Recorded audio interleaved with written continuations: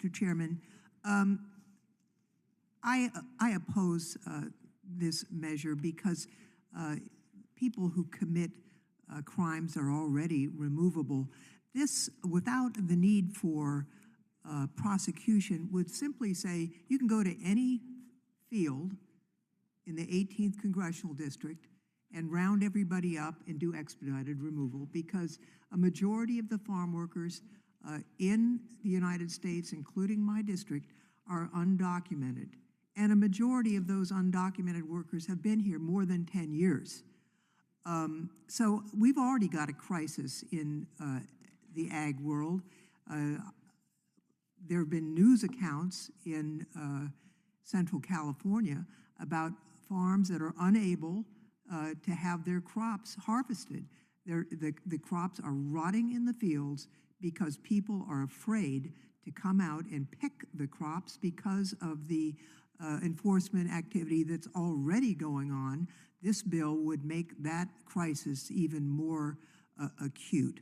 Now, we had a bill, we have a bipartisan bill, the Farm Workforce Modernization Act, that has passed the House of Representatives twice with bipartisan support. Not only does it streamline the H-2A program, it was supported by hundreds of agricultural employers and was also worked on by the United Farm Workers Union. Both groups endorsed the measure. It expands the H-2A program. Not only does it streamline it, but it allows certain industries that have been excluded, for example, the dairy industry, to utilize the program, and it also provides for transition to legal status for the undocumented workers, first to a certified agricultural worker status, and then at the option of the immigrant to apply for legal residence after a period of time as an ag worker, or they can stay as an ag worker. That is something that we should take up again and pass. And as I mentioned, I think at our last hearing,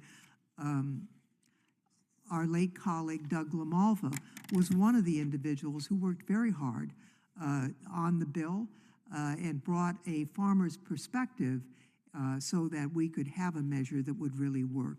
So I would like to mention that that bill has been reintroduced in this Congress. We're hoping that the Senate can get organized and move it forward, and it would solve a lot of problems. This bill, however, would aggravate an already very serious problem. And I just would like to mention, while we're talking about this bill, what we're not talking about is the need to have oversight on the activities that ICE officers are engaging in communities across the United States. I think we all saw the video of the killing of the mother in Minnesota. It was so upsetting to see that. But I'm also seeing now videos of ICE agents going door to door and breaking into homes without warrants.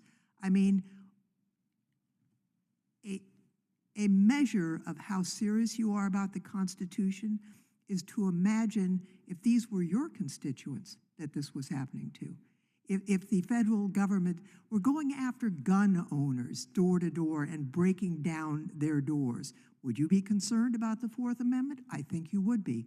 So I think it's past time for this committee to have aggressive oversight over the aggressive, and I'd say in many cases, unconstitutional and unlawful actions that are being taken in the name of us through these rather untrained ICE agents. And I'll just say, when I went home over the weekend, a friend of mine who is a police officer told me that no one in his department would have done what that officer did relative to shooting that woman, and he was ashamed, not of himself, but of the disfavor that those officers, untrained as they are bringing to otherwise very well-trained, respected police officers who we count on to keep us safe and who operate within the law and within the Constitution. So I think we would be well advised to spend some time on that. And with that, Mr. Chairman, I yield back.